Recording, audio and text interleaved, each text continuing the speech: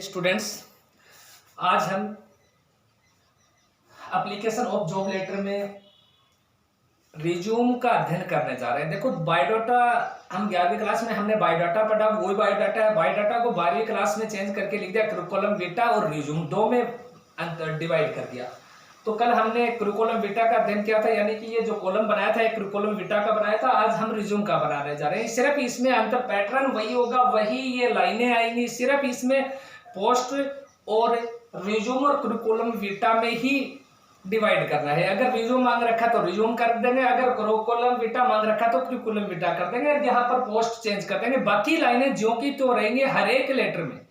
तो देखो, ये लेटर है, write a letter of application in reply following advertisement की। दिए हुए एडवर्टाइजमेंट में जो एप्लीकेशन है उसका रिप्लाई देना है। तो देखो, ये एडवर्टाइजमेंट है कोई न्यूज़पेपर में, तो government higher secondary school Gotan requires guest faculty to teach English.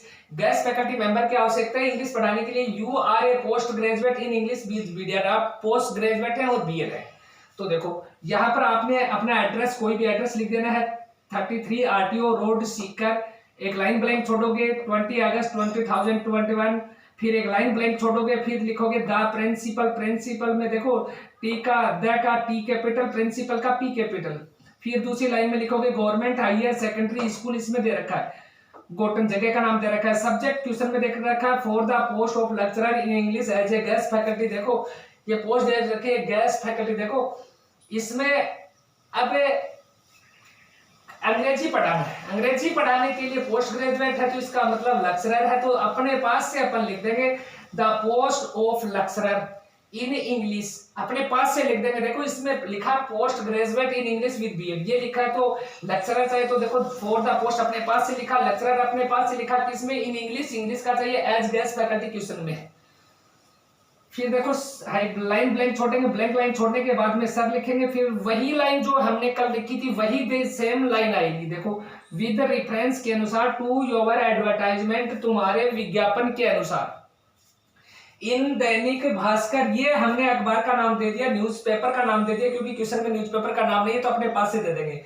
Dated 18 अगस्त 2021। देखो, इसमें जो डेट है वो नहीं दे रखी तो अपने पास से डेट दे दी कि इतने को ये एडवर्टाइजमेंट निकला था, उसके अनुसार।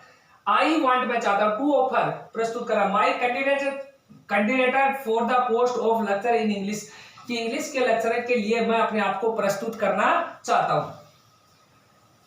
देखो, कैंडिडेट का अर्थ होता है अभ्यर्थी के रूप में। एज, देखो यहां तक हो गया, यहां से पैराग्राफ चेंज करेंगे। इफ आई एम गिवन, ये भी कर सकते हैं, या if given a me chance. देखो, दोनों सेंटेंस सही है। If given me a chance या if I am given a chance. अगर एक अवसर दिया गया, ये पैसिव वॉइस का वाक्य हो गया। इज हमारे प्रश्न की थर्ड फॉर्म, ये पैसिव वॉइस का वाक्य बना दिया गया।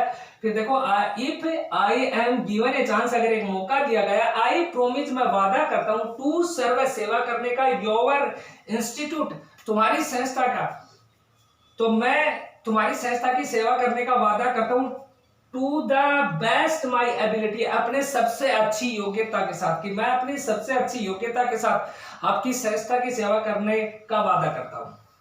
अब यहां पर देखो, क्वेश्चन में न तो करिकुलम विटा दिया, न रिज्यूम नाम दिया, तो हम कौन सा भी लिख सकते हैं। करिकुलम विटा भी लिख सकते हैं, रिज्यूम भी लिख सकते हैं।